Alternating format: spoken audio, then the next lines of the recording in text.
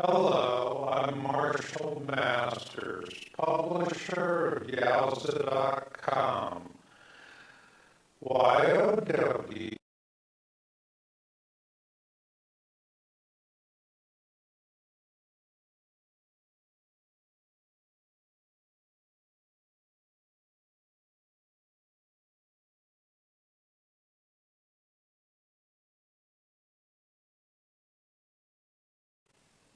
Hello, I'm Marshall Masters, publisher of Yowza.com.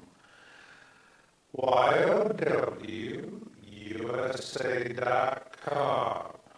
and this is our 13th installment of our popular science series.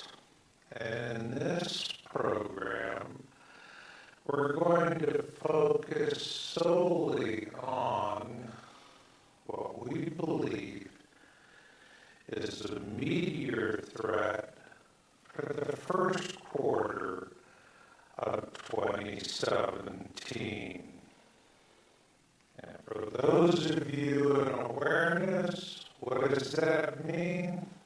Well, something that's going to be too big for the mainstream media to suppress or manipulate. So, let's get into it.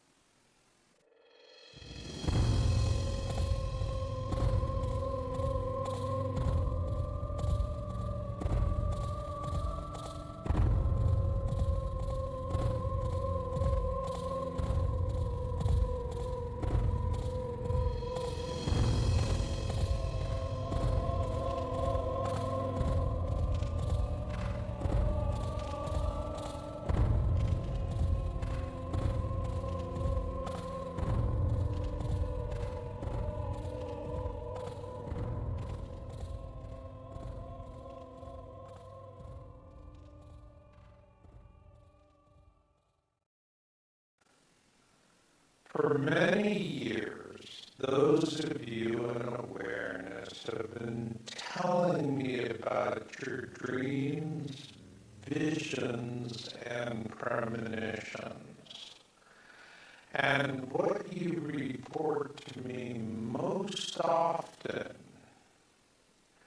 is that you're seeing tsunamis and impact events. This is why I have come to believe that those of you with awareness of the Planet X system shall become the soothsayers of the tribulation to come. A person with the ability to foresee or project into the future. And as such, you stand upon the shoulders of many who have preceded you throughout human history. Notably, the ancient Mayans. For the ancient Mayans, the ability to foresee the future was necessary to protect current and future generations. And as with all good prophecy and prediction, there are two elements: the harbinger and the prediction. And what the ancient Mayans were counseling future generations to do was to be observant for a harbinger sign,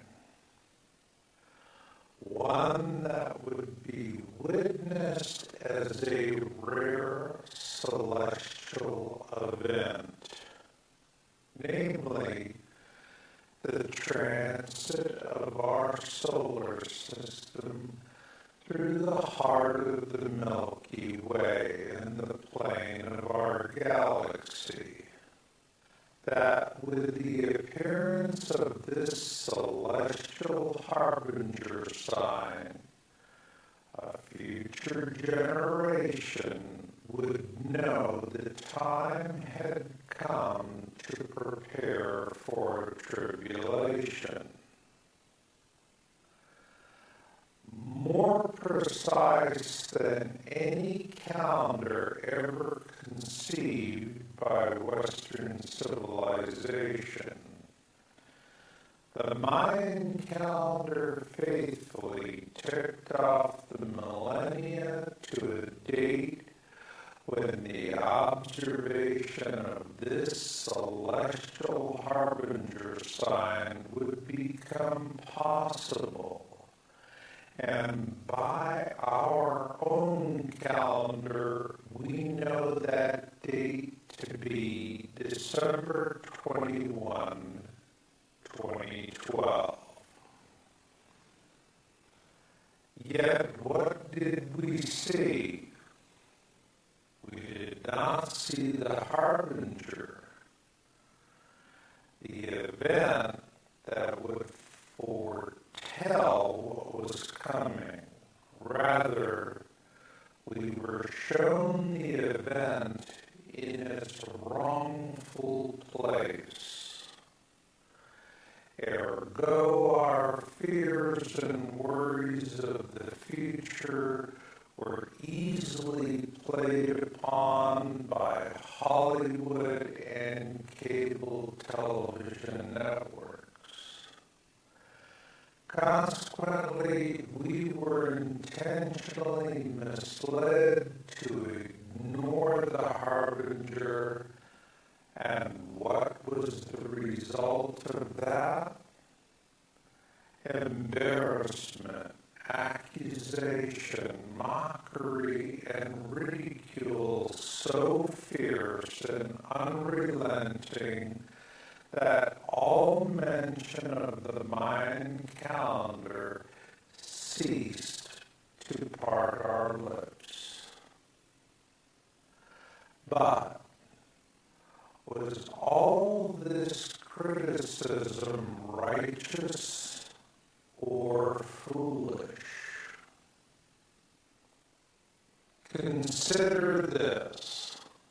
Over the years, I have often said that closer something comes to the truth about Planet X, the quicker it disappears. Yet, all of this speculation by media about December 21, 2012 was not suppressed, but encouraged, and there was a tremendous profit-taking. Yet the greatest reward for the elites was that they had found a way to suppress awareness of what is to come, so that many will die as a result of that. It was for this reason that 3 months after the Chelyabinsk meteor damaged approximately 7,200 buildings and injured 1,500 people, we revisited the true meaning of the Mayan calendar prediction in our article titled, "Were the Mayans Using Anunnaki Knowledge?" published in May 2015 by J.P. Jones. When J.P. Jones began working on his article back in April of 2015, He chose two data sets to help improve or disprove his hypothesis that December 21, 2012 was in fact the harbinger and not the event prophesized. Those two data sets are earthquakes and fireballs.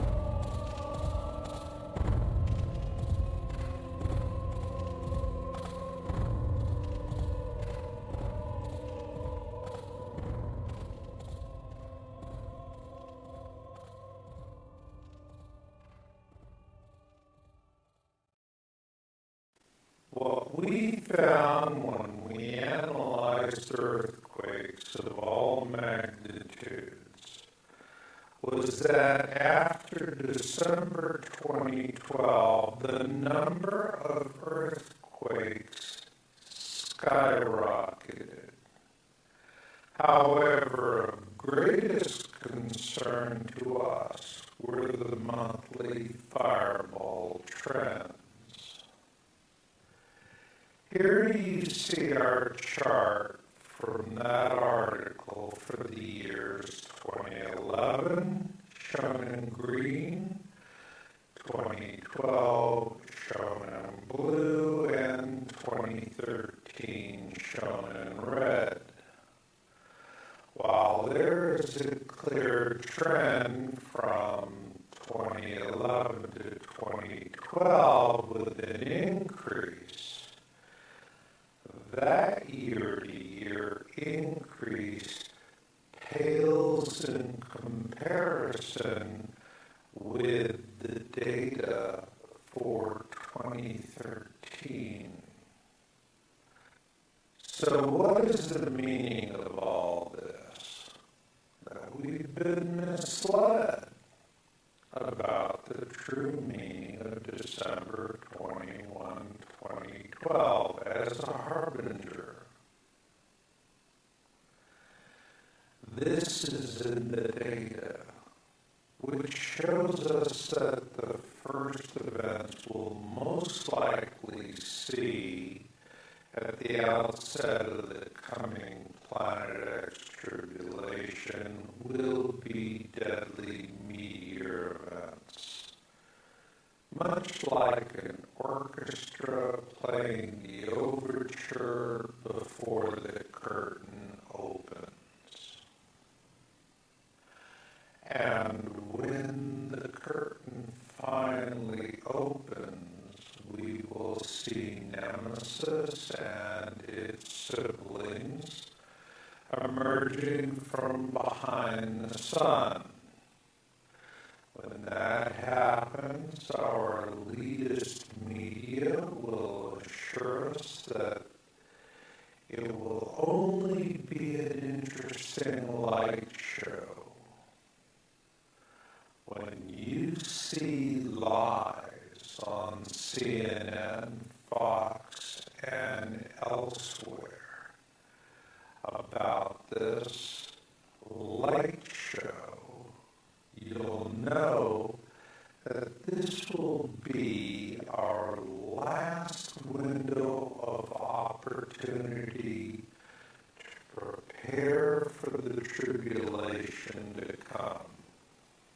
Since we published A.P. Jones' article back in May of 2015, we have continuously monitored fireball activity along with many other different types of activity. And what we want to do right now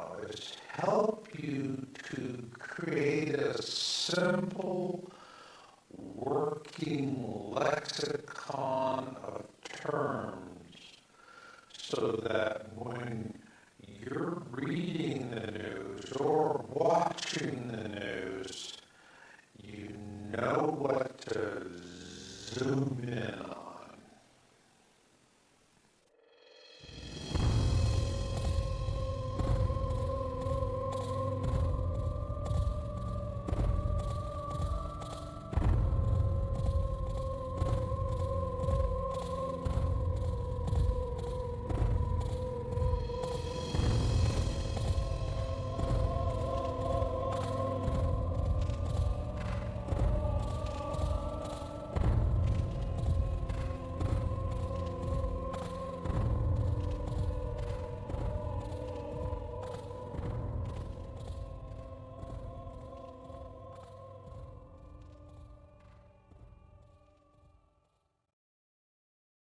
If you're really interested in understanding the terms meteor and asteroid, for example, and use a search engine, the only thing you will find that is consistent on the internet is that these terms are inconsistently defined by countless science websites. Therefore, sorting it out quickly becomes a difficult job. So let's just start with the basics: dirty snowballs and rocks. Astronomers tell us that comets are principally comprised of dust and ice, and are often referred to as dirty snowballs. Granted, there are those that disagree with this, and rightly so, but let's just leave it at that. Dirty snowballs, because this is how the media will report it. Once a comet is within the orbit of Jupiter, it warms up enough to begin outgassing. And so this is when we see two tails. One is the gas tail that goes directly away from the sun due to the solar winds, and the other is the dust tail, which actually follows the comet in its trajectory.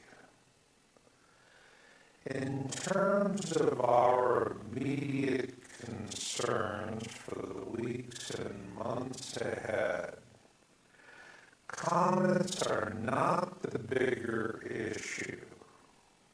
What is are, namely, rocks or asteroids.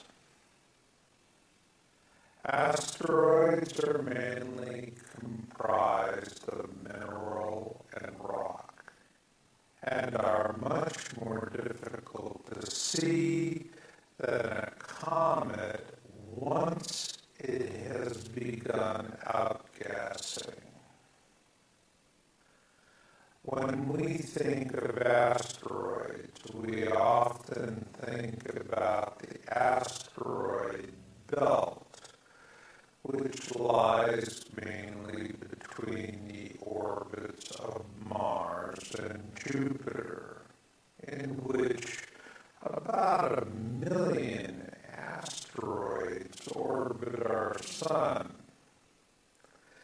In general, the term asteroid is used to describe an object that is more than 1 kilometer in size, as anything this large, should it strike the Earth, will certainly have some form of global effect. Case in point is the Chicxulub impact event that happened approximately 65 million years ago. The impact occurred near the Yucatan Peninsula in Mexico. There is some debate as to whether or not the impactor was an asteroid or a comet. However, the size of the impact crater clearly indicates that whatever it was approximately 10 kilometers wide, which explains why it caused the extinction of the dinosaurs. And now I want to add a new term to the lexicon that many of you will hear for the first time. And this is used to define comets and asteroids in a very special way. And when you hear it used, you know that we're facing a real danger. When any object in space is found within the path of Earth's orbit around the Sun and is of sufficient size to impact with a regional or global effect, it earns a special designation. It is designated as a potentially hazardous object, or PHO. As such, all PHOs are near-Earth objects that present a regional or global threat. The more pressing concern for us in the near future, however, will be meteors. And there are several terms that are used to describe the attributes of meteors. And it's important to know them. So, let's take a quick look at these attributes. In general, a meteor is a small asteroid where the size is usually described in meters, although most are no larger than a grain of rice. However, the key attribute of a meteor is that it is an asteroid which produces a light phenomena. There are 4 terms commonly in use to describe this brightness attribute.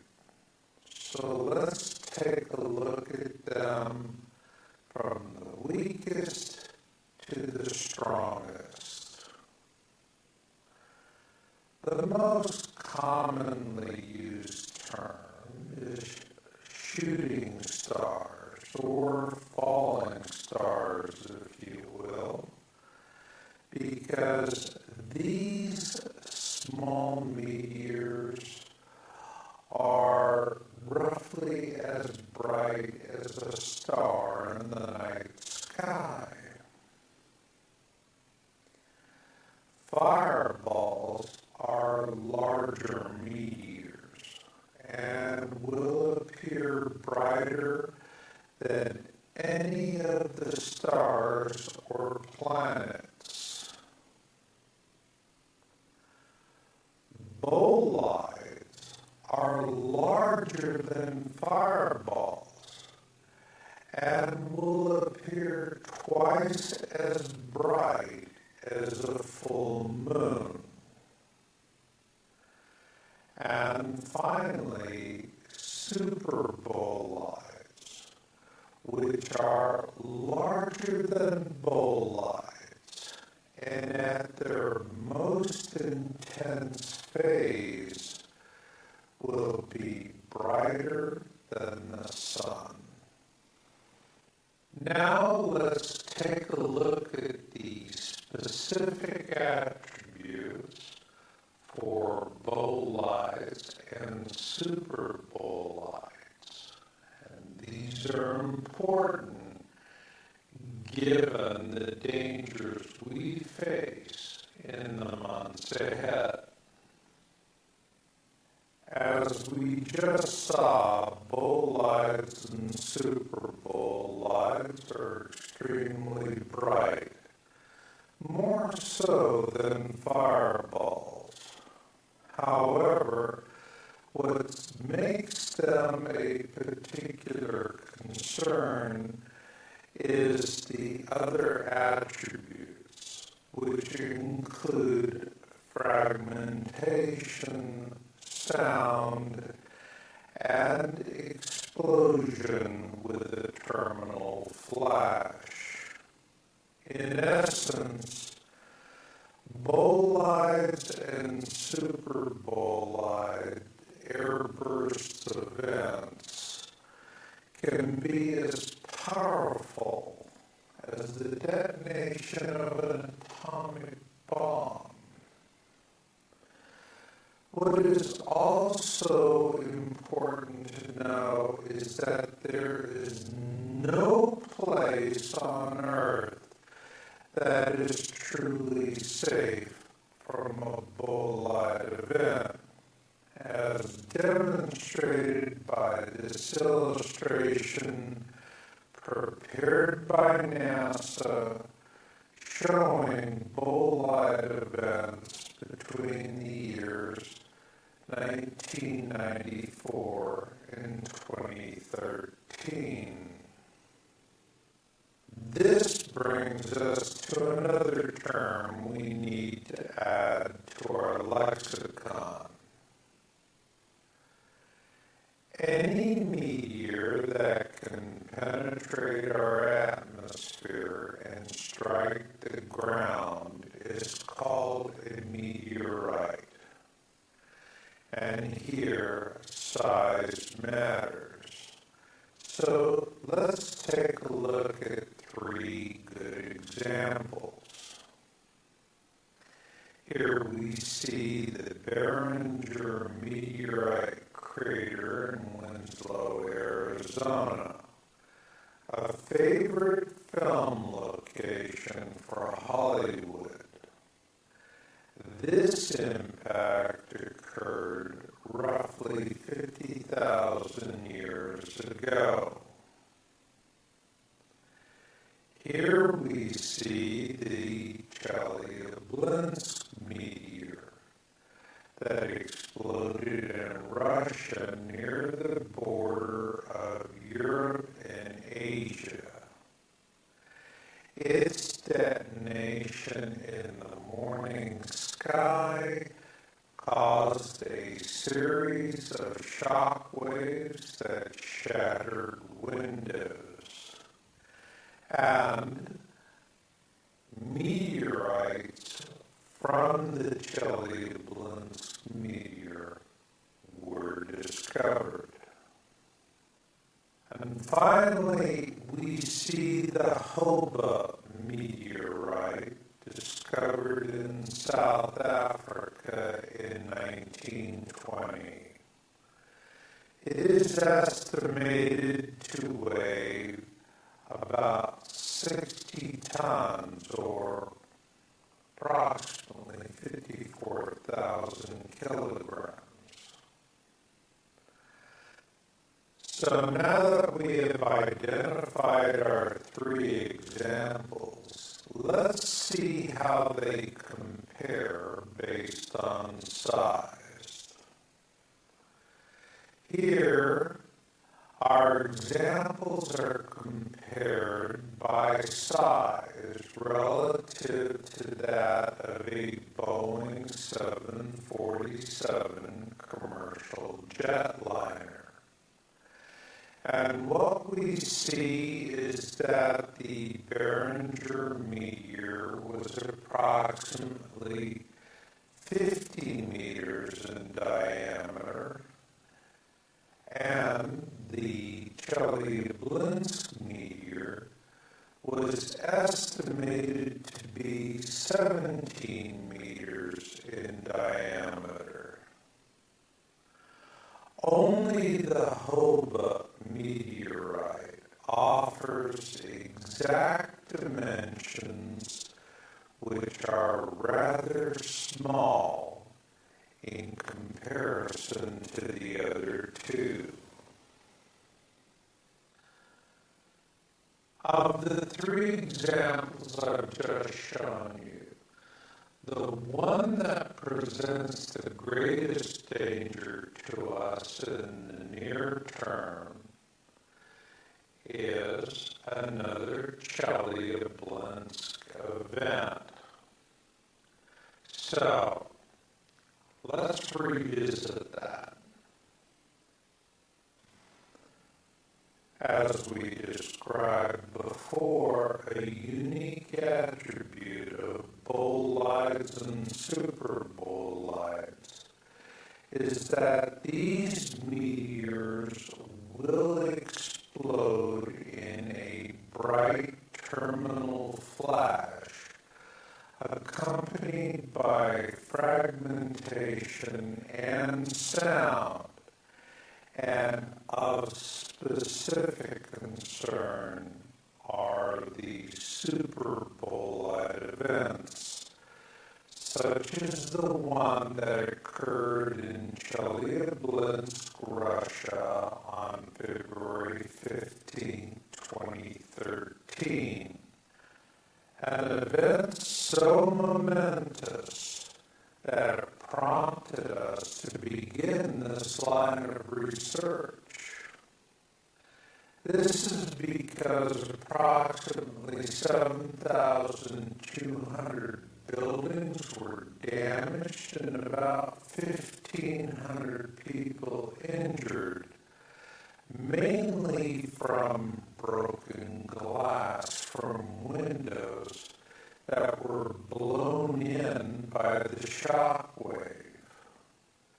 When it exploded, this superbolide released the energy equivalent to 30 Hiroshima atomic bombs, and it glowed 30 times brighter than the sun. So when we're talking about 1,500 people being injured, we're talking about people being cut and bruised by flying glass. And many also experienced skin and retinal burns. It only makes you wonder how many of them were permanently scarred and or blinded in this tragic event. You now have a basic lexicon of terms to use in filtering through news reports. Next, we're going to take a look at the empirical data that J.P. Jones has been harvesting since April of 2015. And then I'm going to show you something very useful so that you and your family can avoid injury or even possibly death if you're in the proximity of a Super Bowl live event.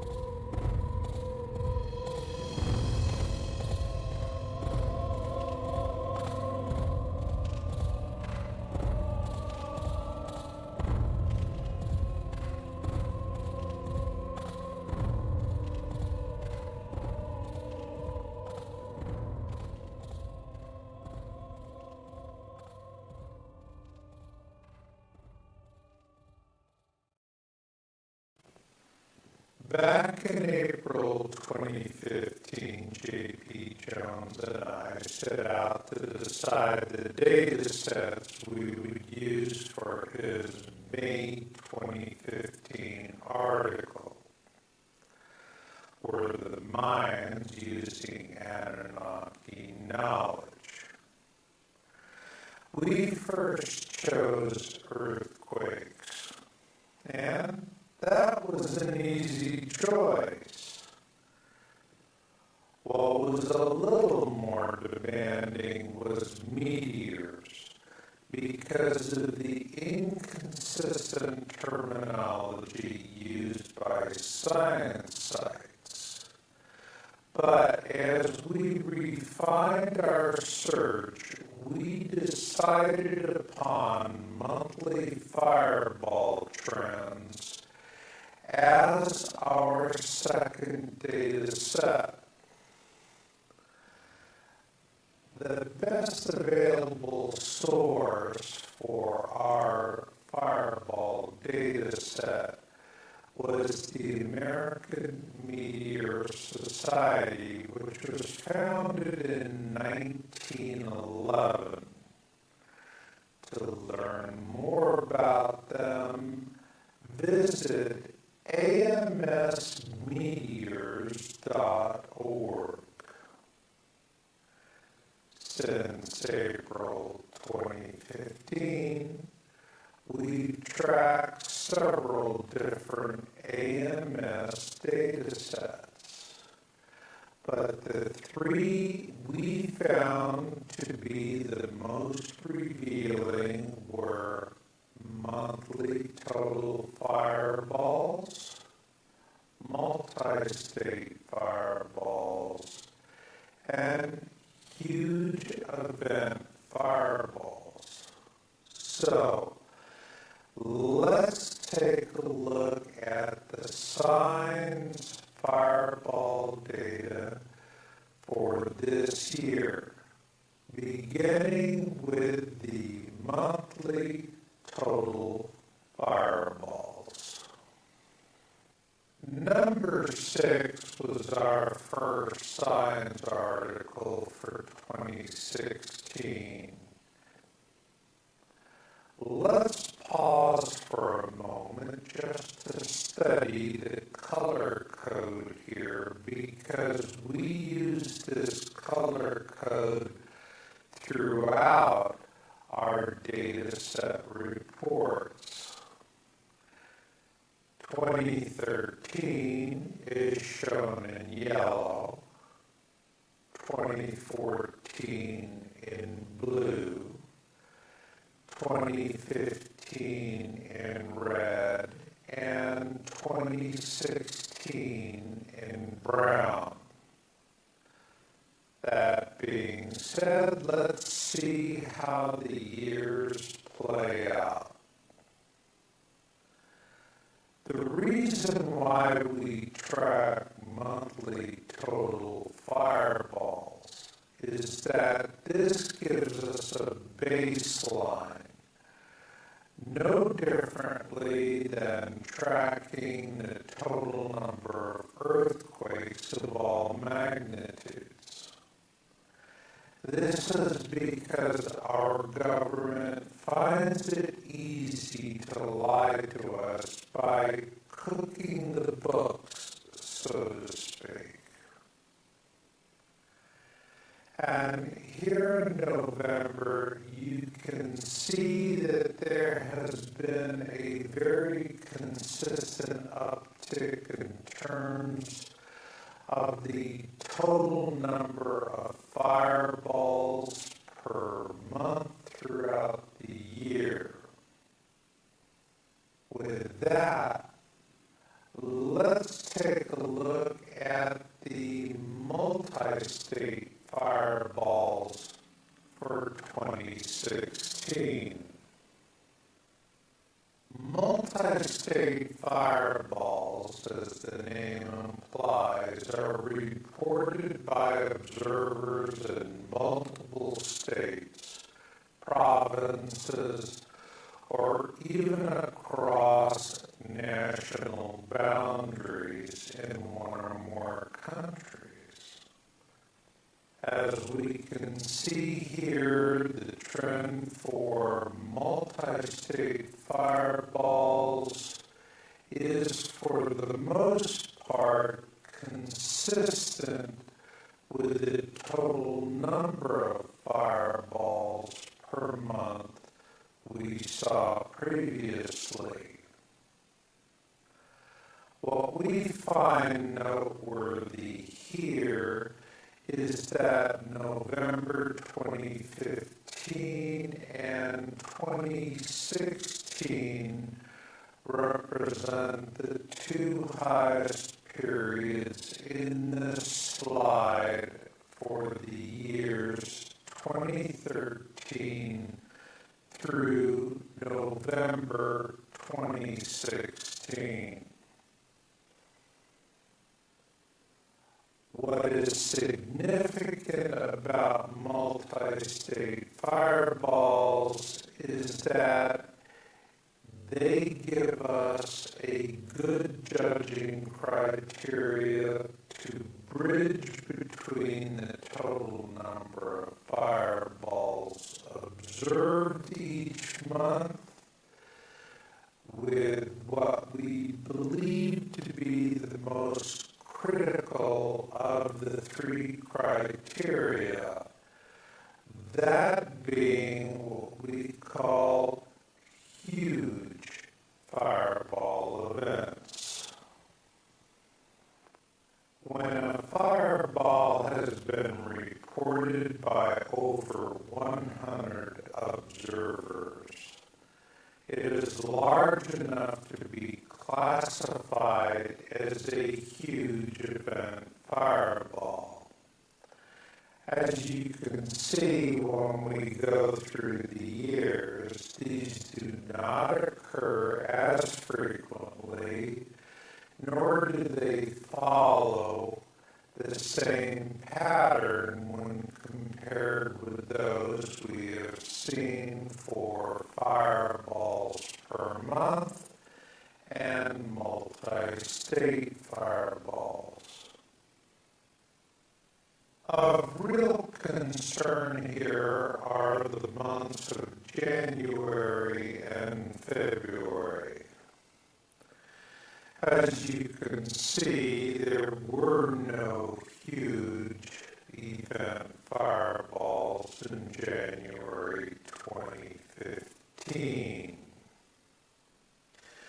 But in February of 2016, the number of huge events doubled as compared with the previous year.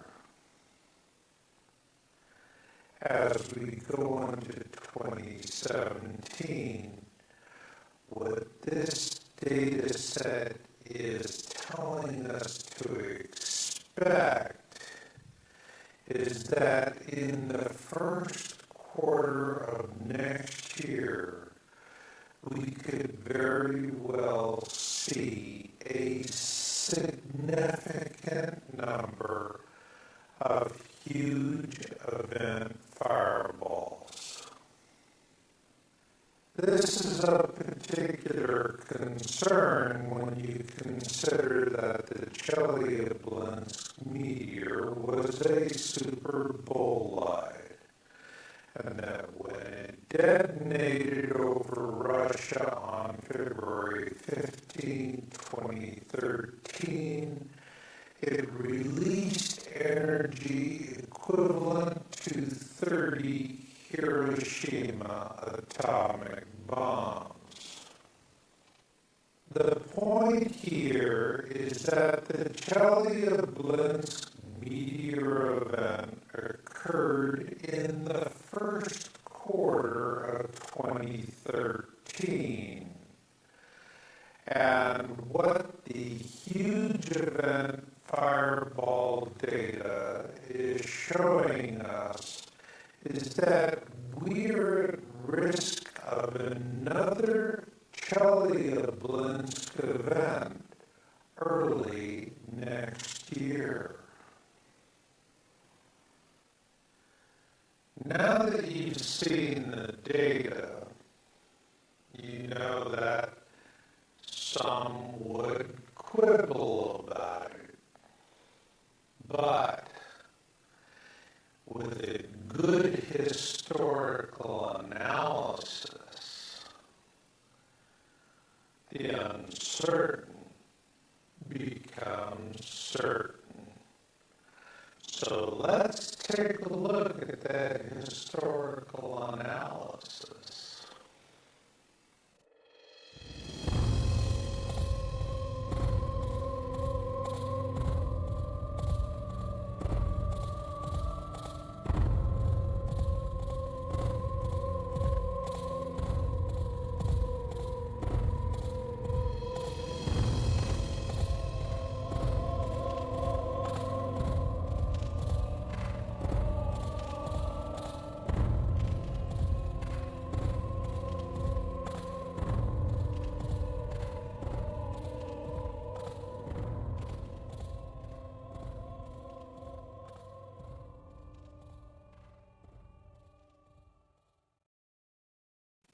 Given that the numbers we've seen so far are really shocking, let's begin our historical analysis with a look at the total number of fireballs reported going back to the year 2009.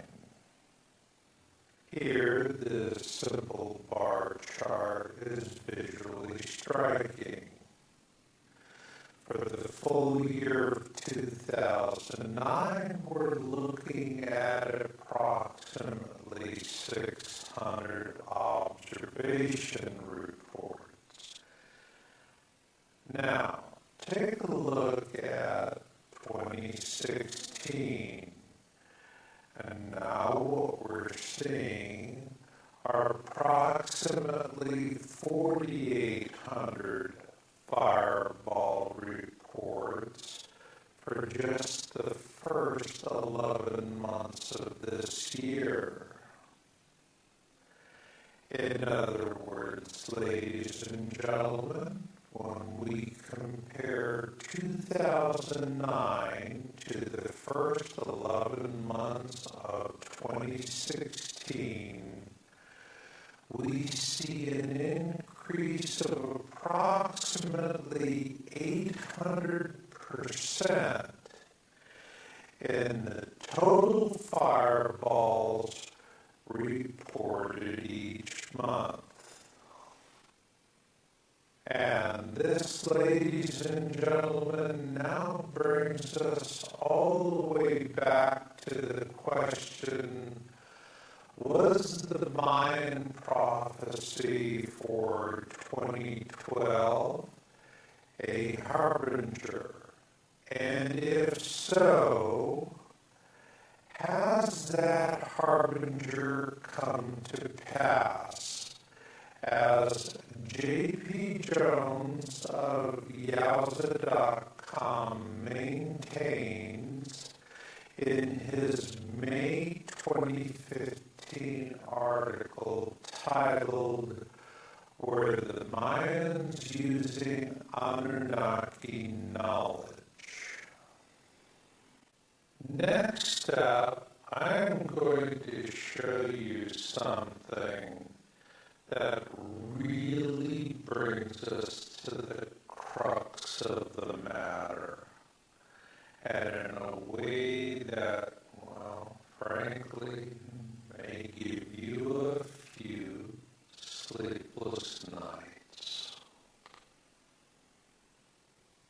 To be consistent with the previous charts I've shown you, what you see here is a line chart for huge fireball events through November of each year, going back to 2012. The pattern is a little stunning, to say the least, but it does beg the question, how does it look for all of the months beginning with January 2012 through November of this year? Well, let's take a look at that. Here we see the chart with approximately 6 huge fireball events in 2012. And as we saw earlier, a huge fireball event is one where there's over 100 observation reports. Then in 2016, we have approximately 30 events reported through November of this year. Therefore, what we see historically when we compare the total number of huge fireball events for the year 2012 with 2016 is an increase of approximately 516%. So, given that the Planet X system is currently inbound towards the core of our solar system, how can we explain these increases? There are 3 possible answers. The first is that the Nemesis brown dwarf star at the core of the Planet X system has rings much like the gas giants of our own system. And this pattern would indicate that we are passing through its outermost bands. Another possibility is that the Planet X system is moving through our solar system much like a cue ball on a billiard table, and thereby causing asteroids that were in previously benign orbits to become PHOs, potentially hazardous objects. And a third possibility is that it could be a combination of the previous 2. The point here, ladies and gentlemen, is that the last thing you need to do is to be blinded, burned, and or maimed as the result of a super bolide meteor event, such as the one that happened over Chelyabinsk, Russia in the first quarter of 2013. And now we've come to a point where I have the benefit of age, so to speak, that I could show you something that will be extremely useful in preventing injury or even possibly death for you and your loved ones during a Super Bowl live event.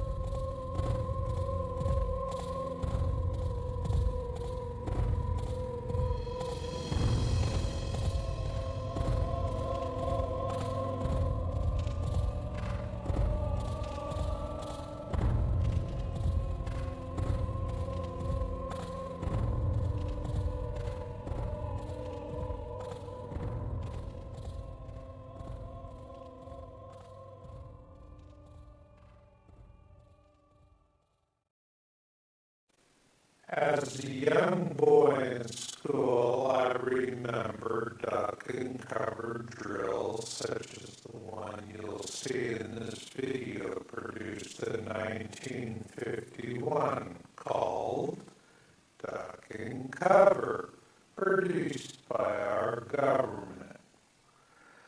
But I also remember my teachers telling me that they felt it was a placebo effect, and in the event of an atomic war, we'd all be toasted anyway.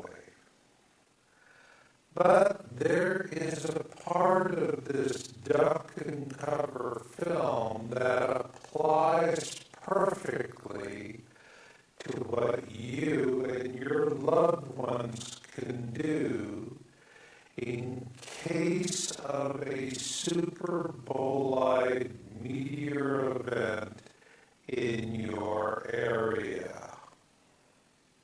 As you watch this next clip from Duck and Cover, keep firmly in mind that when the Chelyabinsk meteor detonated over Russia, it released the equivalent energy of 30 Hiroshima atomic bombs, and in the flash was 30 times brighter than the sun.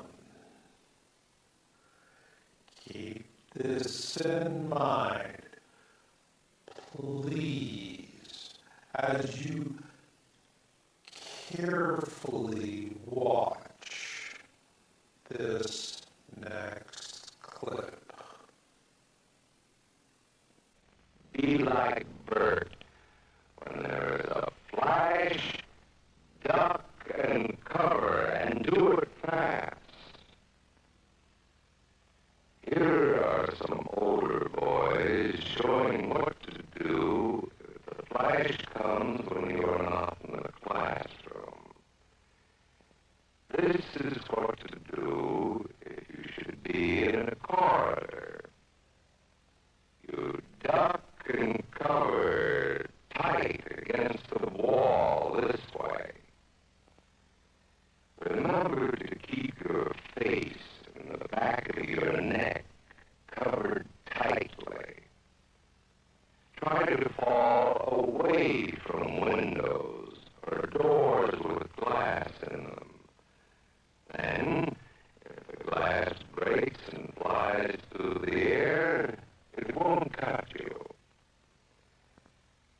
You might be eating your lunch when the flash comes. Duck and cover under the table. Then, if the explosion makes anything in the room fall down, it can't fall on you. Getting ready means we will all have to be able to take care of ourselves. The bomb might explode when there are no grown-ups near. Paul and Patty know this, and they're always ready to take care of themselves. Here they are on their way to school on a beautiful spring day. But no matter where they go or what they do, they always try to remember what to do if the atom bomb explodes right then. It's a bomb. Duck and cover. Paul and Patty know what to do. Paul covered the back of his head so that he wouldn't be burned. And Patty covered herself with the coat she was carrying. They knew how to duck and cover. They acted right away when the flash came. If they had been at this doorway when the bomb flashed, Paul and Patty would have ducked and covered this way, like this girl. Heavy doorways are a good place to duck and cover. She will be safer, too. Here's Tony going to his Cub Scout meeting. Tony knows the bomb can explode any time of the year, day or night. He is ready for it. Duck and cover.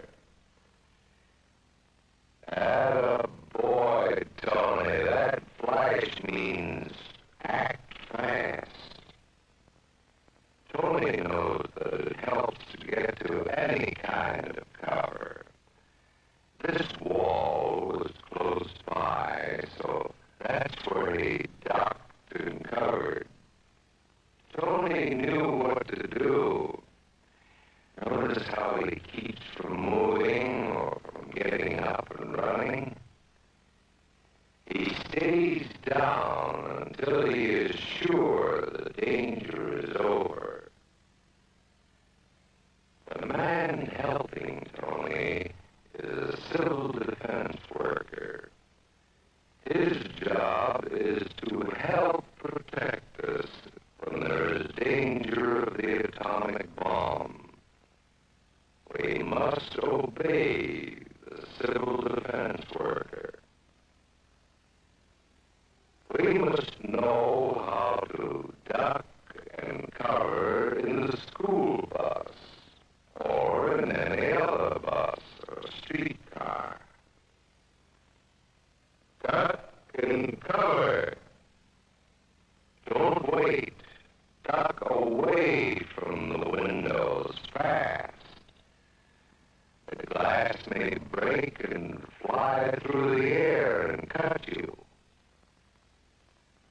Sundays, holidays, vacation time, we must be ready every day, all the time, to do the right thing if the atomic bomb explodes.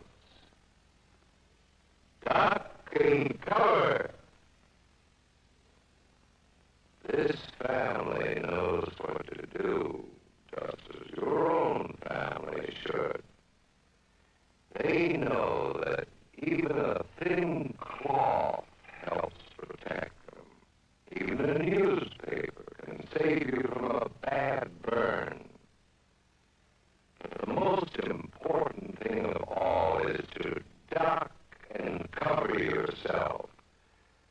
especially where your clothes do not cover you. No matter where we live, in the city or the country, we must be ready all the time for the atomic bomb. Duck and cover. That's the first thing to do. Duck and cover. The next important thing to do after that is to stay covered until the danger is over. Like they say, old tricks are the best tricks. And the smart thing to do is not to use your smartphone in the midst of a Super Bowl-like event. Rather, the smart thing to do is duck and cover. And I'll leave it on that note. So until the next time we meet, remember Marshall's motto: destiny comes to those who listen, and fate finds the rest. So learn what you can learn, do what you can do,